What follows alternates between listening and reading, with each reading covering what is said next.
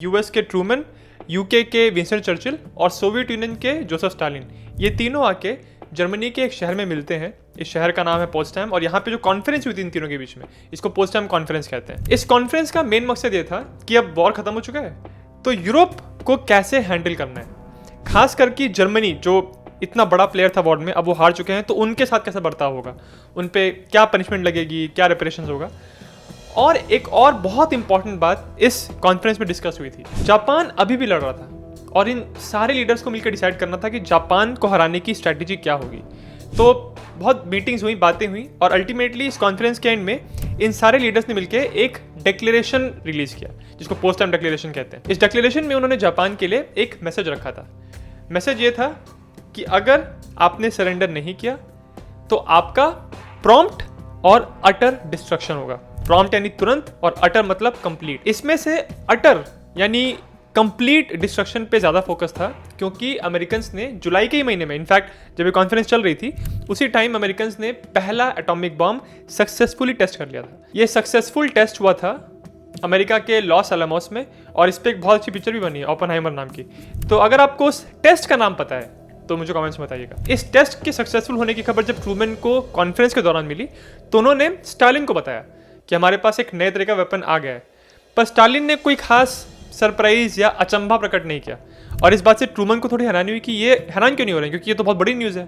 पर स्टालिन इसलिए नहीं हैरान हो रहे थे क्योंकि उनके बहुत सारे जासूस ऑलरेडी मैनहट्टन प्रोजेक्ट, जिस प्रोजेक्ट के अंदर ये बॉम्ब बन रहा था उसके अंदर जा चुके थे। तो स्टालिन को ऑलरेडी पता था कि बॉम्ब बन रहा है और ये बॉम्ब बन चुका है। हालांकि इस पोट्सडाम डिक्लेरेशन में एलाइज ने ये तो साफ कह दिया था कि उनकी इंटेंशन क्या है जापान के साथ, वो जापान के साथ क्या करेंगे अगर उन्होंने सरेंडर नहीं किया तो। पर सरेंडर के आसपास की जो कंडीशंस हैं उसको बहुत साफ साफ नहीं कहा। एक चीज़ तो उन्होंने साफ की कि जापान को हराने के बाद हम उनसे रेपरेशंस लेंगे, मतलब उन पे कुछ पनिशमेंट लगाएंगे, पर उसके बाद उनको वर्ल्ड इकोनॉमी में वापस आने देंगे। हमको जापान के लोगों से कोई बदला नहीं लेना है, उनको हम एनस्लेव नहीं करेंगे, गुलाम नहीं बनाएंगे। और उन्होंने ये भी कहा था कि जिन जिन जापान के लीडर्स ने वॉर को बहुत प्रमोट किया था और जिनकी वजह से इतनी लाखों लोगों की जानें गई हैं, इतनी जान माल की हानि हुई है, उनको भी हम पेनलाइज करेंगे। परंतु एक बहुत इंपॉर्टेंट बात एलाइज ने इस डिक्लेरेशन में नहीं की और वो बात थी जापान के एम्परर हिरोहितो के बारे में। हालांकि एम्परर डायरेक्टली जापान की पॉलिटिक्स में इन्वॉल्व नहीं थे, पर जापान की जनता के मन में उनके लिए बहुत रिस्पेक्ट थी और वो जापान के सुप्रीम लीडर थे। तो हालांकि पॉलिटिकल फैसले तो उनके पॉलिटिकल लीडर्स करते थे, पर हिरोहितो के परमिशन के बिना कोई भी बड़ा फैसला नहीं लिया जाता था क्योंकि जापान की जनता ये मानती थी कि एम्परर एक डिवाइन राइट की वजह से हमारे पे राज कर रहे हैं, यानी अगर एम्परर ने कुछ कह दिया तो उसको टाला नहीं जा सकता। तो जापान सेकेंड वर्ल्ड वॉर का इतना बड़ा प्लेयर था, पर पोट्सडाम डिक्लेरेशन में जापान के सुप्रीम लीडर के बारे में कोई बात ही नहीं की गई थी। इसी वजह से जापान की लीडरशिप इसको मिक्स तरीके से परसीव कर रही थी इस डिक्लेरेशन को। दूसरी बात यह भी है कि जापान ने 1941 में जब पर्ल हार्बर को इन्वेड किया था तो उनको ऐसा लग रहा था कि वो जल्दी से यूएस को हरा के उनको नेगोशिएशन टेबल पे ले आएंगे, पर ऐसा नहीं हुआ था। तो शुरुआत में जापान ने ऑफेंसिव कैंपेन्स करके साउथ पैसिफिक के बहुत सारे आइलैंड्स को जीता और अपना मिलिट्री ऑक्यूपेशन वहाँ पे किया। पर 1942 में बैटल ऑफ मिडवे हुआ था जिसमें अमेरिकन नेवी ने जापान की नेवी को बहुत बड़ी हार दी थी। उसके बाद जापान की नेवी का रोल ऑफेंसिव के बजाय डिफेंसिव हो गया था और बस अब वो यही कोशिश कर रहे थे कि जितने उन्होंने आइलैंड्स कैप्चर कर लिए हैं उन पे अपना ऑक्यूपेशन बना के रखें। पर एक एक करके अमेरिकन्स ने उन सारे आइलैंड से जापानीज को निकालना शुरू किया। उसके ऊपर से अमेरिकन्स ने अप्रैल 1945 में ओकिनावा के आइलैंड को इन्वेड कर दिया था। ये आइलैंड का कैंपेन 82 डेज चला था और इस कैंपेन में जापानीज को 1,10,000 कैजुअलिटीज हुई थी।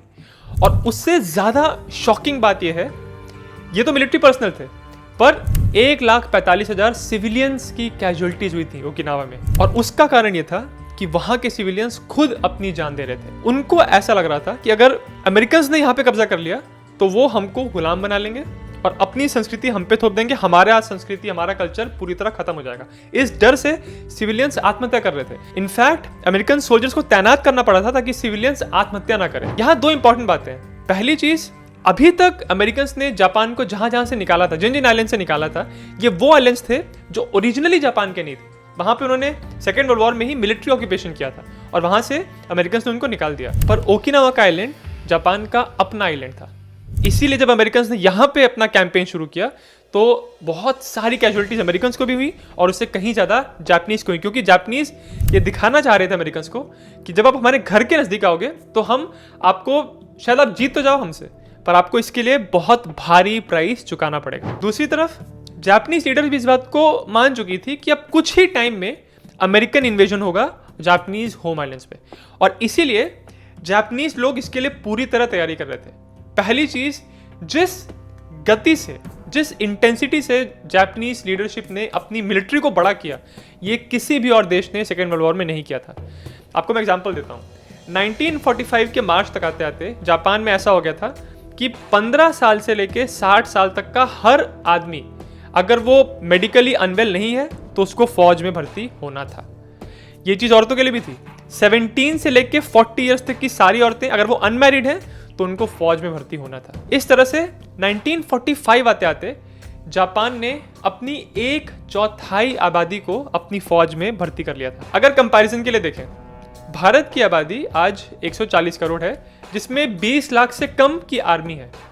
आप इमेजिन करिए, इस 140 करोड़ में से अगर 1/4 जनता यानी 35 करोड़ की जनता फौज में भर्ती हो जाए तो कितनी बड़ी फौज हो जाएगी।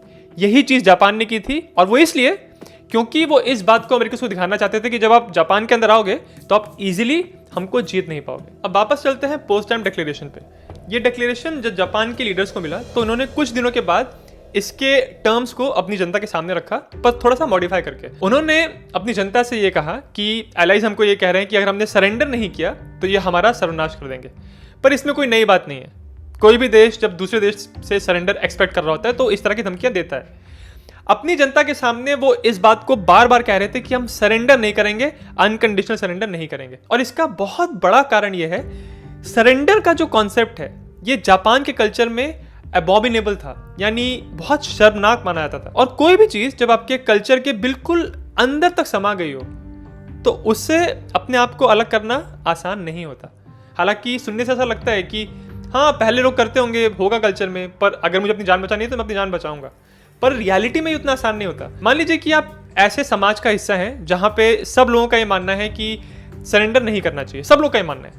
अब आप कहीं गए, आपने सरेंडर कर दिया, जब वहां से सरेंडर करके वापस आप अपने घर में आओगे, अपने समाज में वापस आओगे, तो सब लोग आप पे थू थू करेंगे। और वो जो बेइज्जती का एहसास होता है उसकी वजह से बहुत लोग अपनी जान ले लेते हैं। और उस समाज की थू थू से बचने के लिए, उस बेइज्जती से बचने के लिए वो लोग सरेंडर चाहते हुए भी नहीं कर पाते। तो ये बात ध्यान रखनी बहुत जरूरी है कि जापान के लोग किसी अलग मिट्टी के नहीं बने थे, वो किसी और धरती से नहीं आए थे। इनफैक्ट अगर आप सेकेंड वर्ल्ड वॉर के वेटरन्स का मेमोइर्स पढ़ें जिसमें उन्होंने अपने एक्सपीरियंस के बारे में बताया है, तो उसमें आपको ये दिखाई पड़ेगा कि वो इस बात को कहते हैं कि जब भी हमको सरेंडर करना पड़ता था और बहुत लोग सुसाइड करने की कोशिश करते थे, तो उनके मन में एक नर्वसनेस रहती थी कि क्या यही रास्ता है, हम कुछ और करके बच नहीं सकते। बहुत सारे कामिकाज़े पायलट्स मिशन पे जाने से पहले डरते थे, पर क्योंकि उनको ऑर्डर दिया गया है और उनके आसपास के सब लोग जा रहे हैं तो वो सामाजिक दबाव की वजह से उनको जाना पड़ता था। तो इन सारी बातों का सार ये है कि जापान के उस समय के कल्चर में सरेंडर को एक बहुत डिसऑनरेबल बात माना गया था, और वो चीज़ उनके जहन में एकदम घुसी हुई थी। अब कहने के लिए तो जापान के एलाइज जर्मनी थे, और वहां पे भी ऐसा था कि हम सरेंडर नहीं करेंगे, हम लास्ट मोमेंट तक लड़ेंगे। पर जब सिचुएशन बहुत खराब हो गई तो उन्होंने भी सरेंडर किया।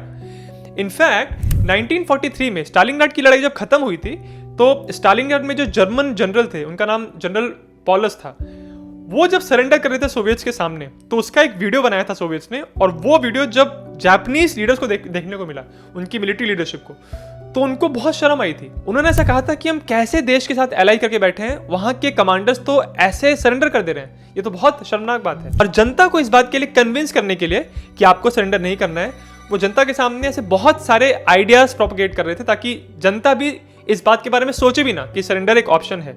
फॉर एग्जाम्पल, वो जनता को कह रहे थे कि अगर एलाइज यहाँ पे आ गए तो वो आपको इंस्लेव कर लेंगे, यानी आपको गुलाम बना लेंगे, आपकी फ्री विल खत्म हो जाएगी, आप अपनी वजह से कुछ नहीं कर पाओगे, अपनी कल्चर को, अपनी संस्कृति को सहेज कर नहीं रख पाओगे, ये सारी चीजें हो जाएंगी अगर यहाँ पे एलाइज आ गए। जापान में एक बुशीदो का कॉन्सेप्ट है, इसमें यही कहा गया है कि अगर आप हारने वाले हैं तो मौत बहुत ज़्यादा ऑनरेबल होती है सरेंडर के कंपैरिजन में। सरेंडर तो कभी नहीं करना है। और इस चीज़ का प्रैक्टिकल एग्जांपल आपको दिखाई पड़ेगा फरवरी के बैटल ऑफ इवोजिमा में। इस बैटल में 20,000 जापानीज सोल्जर्स इन्वॉल्व हुए थे और सिर्फ 216 को कैप्चर किया गया था जिन्होंने सरेंडर किया था, बाकी सारे मारे गए थे। और ये सारे वो नहीं थे जो एक्शन के दौरान मारे गए, इसमें से बहुत सारे सोल्जर्स ऐसे थे जो जानबूझ के अमेरिकन फायर के सामने आ रहे थे ताकि उनकी जान चली जाए। तो जापान के सोल्जर्स अंत समय आने पे एनिमी की फायर के सामने ऐसा चार्ज करते थे, सुसाइड चार्ज, जिसको बैंजाई चार्ज भी कहते हैं। वॉर के दौरान जापान के सारे इंपॉर्टेंट फैसले वहां के 6 लीडर्स का एक ग्रुप करता था। इसका ऑफिशियल नाम था supreme council of the direction of the war, but इसको इनफॉर्मली द बिग 6 कहते थे, क्योंकि इसमें जो 6 लीडर्स थे ये जापान के सबसे इंपॉर्टेंट लीडर्स। ये सारे लीडर्स अपने एम्परर हिरोहितो के प्रति पूरी तरह वफादार थे। तो जब डिक्लेरेशन के टर्म्स इन लीडर्स ने पढ़ा तो इन्होंने आपस में वोटिंग की कि हमको क्या करना चाहिए, और वोट का रिजल्ट था 2-4। 2 लोग कह रहे थे कि हमको मान लेने चाहिए टर्म्स, और 4 लोगों ने कहा कि टर्म्स नहीं मानने चाहिए। और इसीलिए पोस्टडैम डिक्लेरेशन का रिस्पॉन्स जो जापान ने दिया वो ये था कि हम इस पे कोई एक्शन नहीं करेंगे। इनफैक्ट जापान ने अपने रिस्पॉन्स में एक वर्ड कहा था, मोकू सात्सु। अपना रिस्पॉन्स करने के लिए कौन सा वर्ड इस्तेमाल कर रहे हैं इससे भी कितना इंपैक्ट पड़ता है। मोकू सात्सु का जापानीज भाषा में मतलब होता है साइलेंट किल, पर इसके और भी बहुत सारे मीनिंग हो सकते हैं। एक मीनिंग हो सकता है नो कमेंट, एक हो सकता है टेक नो नोटिस ऑफ। तो ये जो मोकू सात्सु वाला रिस्पॉन्स एलाइड लीडरशिप ने देखा तो फिर वो परेशान हुए कि हमने यहाँ पे साफ कहा था कि हम प्रॉम्प्ट और अटर डिस्ट्रक्शन करेंगे, पर इसके बावजूद ये रिस्पॉन्स कर रहे हैं नो कमेंट, मतलब इनको कोई फर्क ही नहीं पड़ा। और इसीलिए अब जापान को यकीन दिलाने के लिए कि एलाइड थ्रेट सीरियस है, 6 अगस्त 1945 को पहली बार हिरोशिमा पे एक एटॉमिक बॉम्ब गिराया गया।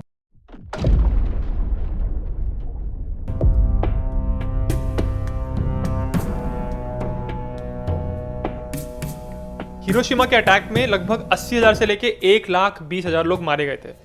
अब इस तरह के कैजुअलिटी नंबर्स जापान के लिए नई बात नहीं थे। इनफैक्ट कुछ टाइम पहले टोक्यो में एलाइज ने बहुत भयंकर बॉम्बिंग की थी जिसमें 1,00,000 लोग से ज़्यादा लोग मारे गए थे। ये टोक्यो की बात है जो जापान की कैपिटल थी। पर हिरोशिमा का केस अलग इसलिए था क्योंकि वहाँ पे जो आई विटनेसेस अकाउंट्स थे वो ये कह रहे थे कि ये बॉम्ब बस एक प्लेन नहीं गिराया। जो टोक्यो की बॉम्बिंग हुई थी उसमें बहुत सारे एलाइड प्लेन्स आए थे और उन्होंने बहुत सारे बॉम्ब्स गिराए थे, पर हिरोशिमा में बस एक बॉम्ब गिराया गया और सिर्फ एक प्लेन आया था और उसने ये हालत कर दी। तो लोग ये कह रहे थे कि आसमान में आग लग गई थी। जापानीज लीडरशिप को भी नहीं पता था कि ये किस तरह का बॉम्ब है, तो पहले तो अपनी जनता को ये कह रहे थे कि ये कोई नए तरीके का बॉम्ब नहीं है, पर उनको डाउट था कि इसमें जिस तरह का डिस्ट्रक्शन हुआ और जैसा लोग बता रहे हैं कि क्या क्या देखने को मिला वहां पे, उसके बेसिस पे ऐसा लग रहा है कि कुछ अलग बात तो है। तो उन्होंने अपने एक एटॉमिक साइंटिस्ट को वहां पे रिसर्च करने के लिए भेजा। इनका नाम था योशियो निशिना और ये जापान के टॉप एटॉमिक साइंटिस्ट थे और ये भी एटॉमिक बॉम्ब पे रिसर्च कर रहे थे। तो ऐसा नहीं था कि एटॉमिक बॉम्ब जापान के लिए एकदम नया कॉन्सेप्ट था। यहाँ पे 2-3 साल से रिसर्च चल रही थी, पर निशिना ने रिसर्च के बाद ये कहा कि इस बॉम्ब को बनाने के लिए जितना मटेरियल चाहिए वो मटेरियल हमको इस टाइम शायद हम जुगाड़ नहीं कर पाएंगे क्योंकि हम वॉर में ऑलरेडी इन्वॉल्व हैं। और दूसरी बात यह है कि हमारे साथ साथ बाकी कोई भी देश उन मटेरियल्स का जुगाड़ नहीं कर सकता अभी। तो हमको इस बॉम्ब के बारे में उतना डरने की जरूरत नहीं है जब तक ये वॉर चल रहा है तब। उसके बाद जब वॉर खत्म होगा, शांति होगी, तो फिर हम चाहे कोशिश करके इस बॉम्ब को बना सकते हैं, पर अभी इसके बारे में हमको चिंता करने की जरूरत नहीं है। इसीलिए जापानीज लीडरशिप कन्विंस थी कि एटॉमिक बॉम्ब नहीं है। पर योशियो निशिना को जब यहाँ पे भेजा गया हिरोशिमा में रिसर्च करने के लिए और वहां उन्होंने जब रेडियो एक्टिव एमिशंस देखे, वहां रीडिंग्स ली, तब उनको वो शॉकिंग रियलाइजेशन हुआ कि ये एक्चुअली एटॉमिक बॉम्ब है और अमेरिकन्स ने इस बॉम्ब। उसके बाद 6 अगस्त को ही अमेरिकन प्रेसिडेंट ट्रूमन ने एक रेडियो ब्रॉडकास्ट किया। ये ब्रॉडकास्ट एक्चुअली जापान की जनता के लिए था। इसमें उन्होंने कहा कि हमने हिरोशिमा पे एक नए तरीके का बॉम्ब गिराया है और इस बॉम्ब को बनाने के पीछे जो साइंटिफिक प्रिंसिपल्स हैं ये वही प्रिंसिपल्स हैं जिससे सूरज रोशनी पैदा करता है। तो हमने उन पावर्स को हार्नेस करके इस बॉम्ब में डाला है और इस बॉम्ब की डिस्ट्रक्टिव कैपेबिलिटीज इतनी ज़्यादा है कि हम आप पे तब तक बॉम्ब गिराते रहेंगे जब तक आपका पूरा देश खत्म नहीं हो जाएगा। जब अमेरिका के प्रेसिडेंट ने अपने ऑफिशियल रेडियो ब्रॉडकास्ट में ये कहा, तब जापान की लीडरशिप को ऐसा लगा कि अच्छा ये कुछ अलग तरीके का बॉम्ब है। प्लस उनके एटॉमिक साइंटिस्ट ने भी इस बात को कंफर्म कर दिया था। अमेरिकन्स को जापान की जनता को ये बात साफ बतानी थी कि हमारे पास कोई नई तरीके का वेपन आ चुका है। और इसीलिए इस बॉम्बिंग के बाद अमेरिकन प्लेन्स ने जापान के शहरों और गांवों पे लाखों पैम्फलेट्स, लाखों पर्चियां गिराई जिसपे एक्चुअली हिरोशिमा की बॉम्बिंग की फोटोज थी और उसके डिटेल्स थे कि कैसे कैसे ये बॉम्ब एक्सप्लोड करता है, कितनी इसकी पावर है। ये सब इसलिए किया जा रहा था ताकि जापान की जनता सरेंडर के आइडिया के प्रति थोड़ा ओपन हो जाए। बहरहाल हिरोशिमा की बॉम्बिंग के बाद भी जापान की लीडरशिप ने सरेंडर नहीं किया। इसके 2 दिन के बाद यानी 8 अगस्त को ये न्यूज़ आ गई कि सोवियत यूनियन ने मंचूरिया को इन्वेड कर दिया है। अब देखा जाए तो मंचूरिया जापान का अपना नहीं था, वो चाइना की टेरिटरी थी पहले, पर जापान ने वहाँ पे ऑक्यूपेशन करके रखा था, यानी वहाँ पे जापान की मिलिट्री थी और सोवियत यूनियन की आर्मी बहुत तेजी से जापानीज मिलिट्री को पीछे धकेल रही थी। तो ये भी बहुत खराब न्यूज़ थी जापान की लीडरशिप के लिए। और अगले दिन 9 अगस्त को अमेरिका ने एक दूसरा एटॉमिक बॉम्ब नागासाकी पे गिराया।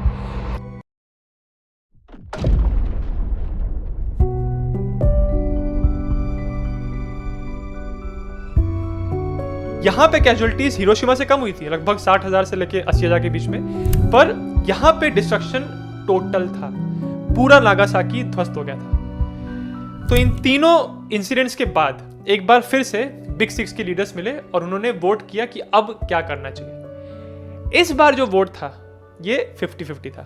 3 लोग कह रहे थे कि हमको सरेंडर के टर्म्स को मान लेना चाहिए, पर जो बाकी 3 लोग थे वो ये कह रहे थे कि हम जैसा का जैसा डिक्लेरेशन आया है, जैसे इनके सरेंडर के टर्म्स हैं, हमने अगर वैसा मान लिया तो इसमें हमारी बहुत बदनामी है। हम कुछ कंडीशंस लगा के मान सकते हैं। पहली कंडीशन ये होनी चाहिए कि हमारे एम्परर को टच ना किया जाए।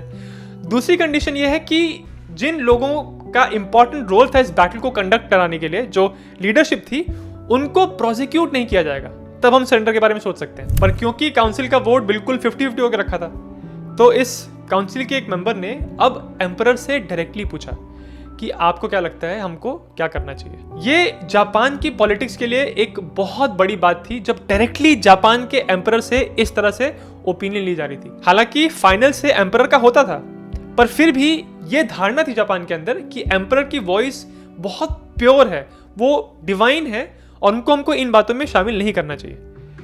तो जब एम्परर से पूछा गया और उन्होंने अपनी राय दी और उन्होंने कहा कि दोनों साइड्स को सुनने के बाद मुझे ऐसा लगता है कि हमको पीस की तरफ ध्यान देना चाहिए। यानी एम्परर ये कह रहे थे कि हमको सरेंडर के बारे में सोचना चाहिए। जब ये न्यूज़ बाहर फैली और जापानीज आर्मी के कुछ ऑफिसर्स और सोल्जर्स को पता चला, तो उन्होंने कह दिया कि ये सही नहीं हो रहा, हमको सरेंडर नहीं करना चाहिए, ये बहुत डिसऑनरेबल बात होती है।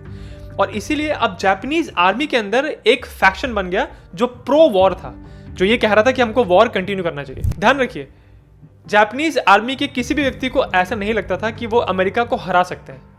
उनका ये मानना था कि हम अमेरिकन को इन्वेड करने दें और जब यहाँ पे लड़ाई होगी तो हाँ, हम हार जाएंगे, मिलिट्री के पर्सपेक्टिव से हम हारेंगे, पर इस हार में हम अमेरिकन को इतनी कैजुअलिटीज दे देंगे कि वो पीस के टर्म्स हमारे सामने जो लेके आएंगे वो हमारे प्रति थोड़े फेवरेबल होंगे। अभी वो अनकंडीशनल सरेंडर की बात कर रहे हैं, पर हमने उनको इतनी कैजुअलिटीज दे दी तो शायद कुछ बेहतर टर्म्स हमारे सामने रखेंगे।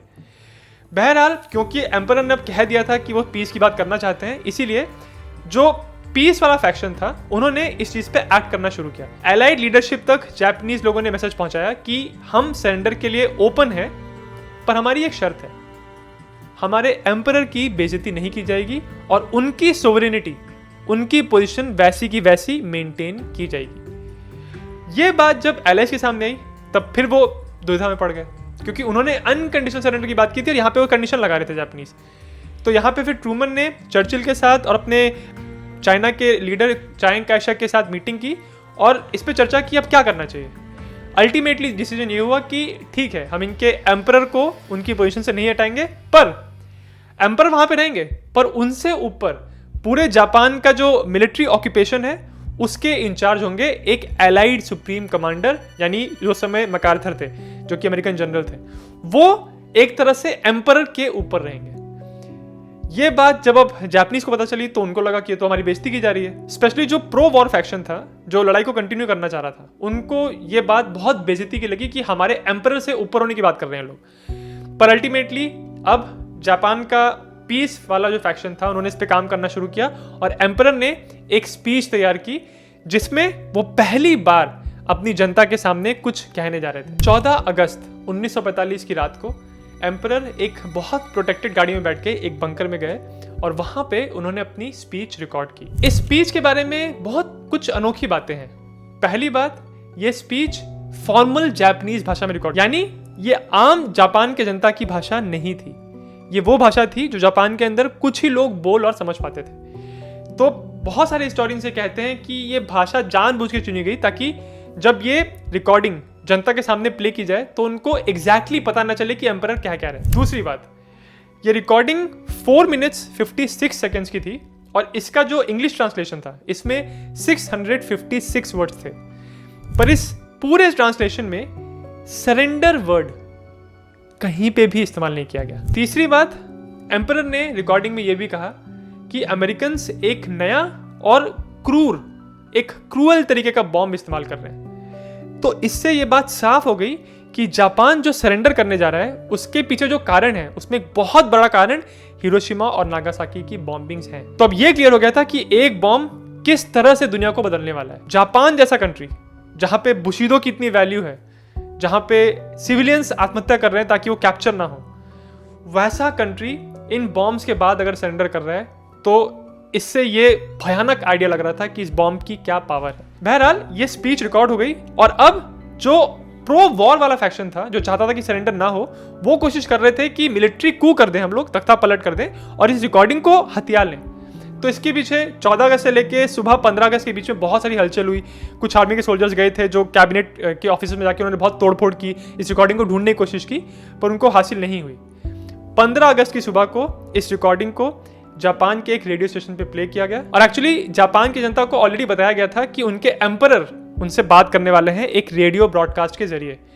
तो रिपोर्ट्स में ऐसा कहा जाता है कि जब ये रिकॉर्डिंग प्ले होना शुरू हुआ और जनता ने पहली बार एम्परर की आवाज़ सुनी तो जापान के सारे लोग अपने घुटने पे बैठ गए थे और बहुत लोग रोने लगे थे, क्योंकि पहली बार जब वो अपने डिवाइन जैसे एम्परर की आवाज़ सुन रहे हैं तो वो ये कह रहे हैं कि वो सरेंडर करना चाहते हैं।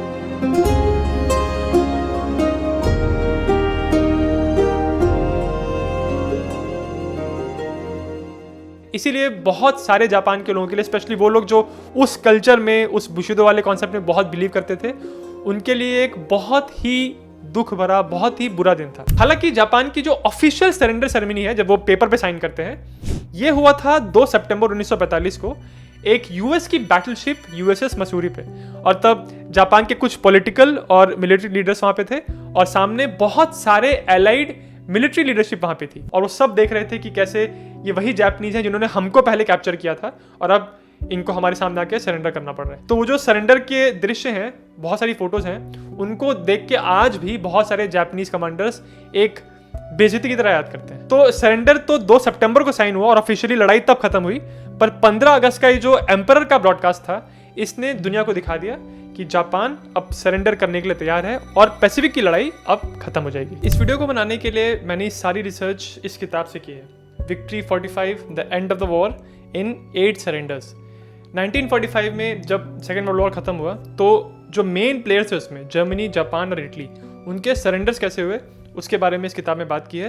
एक्चुअली सरेंडर्स की जो एग्जैक्ट सेरेमनीज हुई थी उनके बारे में बात की है। तो स्टार्टिंग के जो चैप्टर्स हैं उसमें पहले चैप्टर में बताया है कि बर्लिन का सरेंडर कैसे हुआ था, 2 मई को बर्लिन की लड़ाई कैसे खत्म हुई। उसके बाद 4 मई को ब्रिटिश जनरल मोंटगोमरी के साथ एक सरेंडर साइन हुआ, फिर एक 7 को साइन हुआ, फिर 8 को साइन हुआ। तो शुरू के चैप्टर्स में जर्मनी के सरेंडर के बारे में बताया है। फिर एक इटली का एपिसोड बताया है जब जर्मनी के एसएस के कुछ ऑफिसर्स यूएस के ओएसएस के एलन डलस के साथ एक अलग से डील बनाने की कोशिश कर रहे थे। ऐसे इटली का वॉर तो पहले खत्म हो गया था, पर अभी भी जर्मनी का रेजिस्टेंस इटली में बना हुआ था और सारी जर्मन फोर्सेस जो इटली के अंदर थी उनके कमांडर थे जनरल कैसेलरिंग। और ये एसएस के ऑफिसर डलस को ये कह रहे थे कि अगर आप हमारा साथ देंगे, हमको सेफ पैसेज देंगे, तो हम कैसेलरिंग को अपनी तरफ ला सकते हैं और इटली में जो जर्मन फोर्सेस रेजिस्ट कर रही हैं, एलाइड साइड को कैजुअलिटीज देनी है, वो बंद हो जाएगा। तो सारी जो घटनाएं हुई थी उनके बारे में जो छोटे छोटे डिटेल्स हैं, अगर आप वो जानना चाहते हैं तो ये किताब काफ़ी अच्छी किताब है, विक्ट्री 45।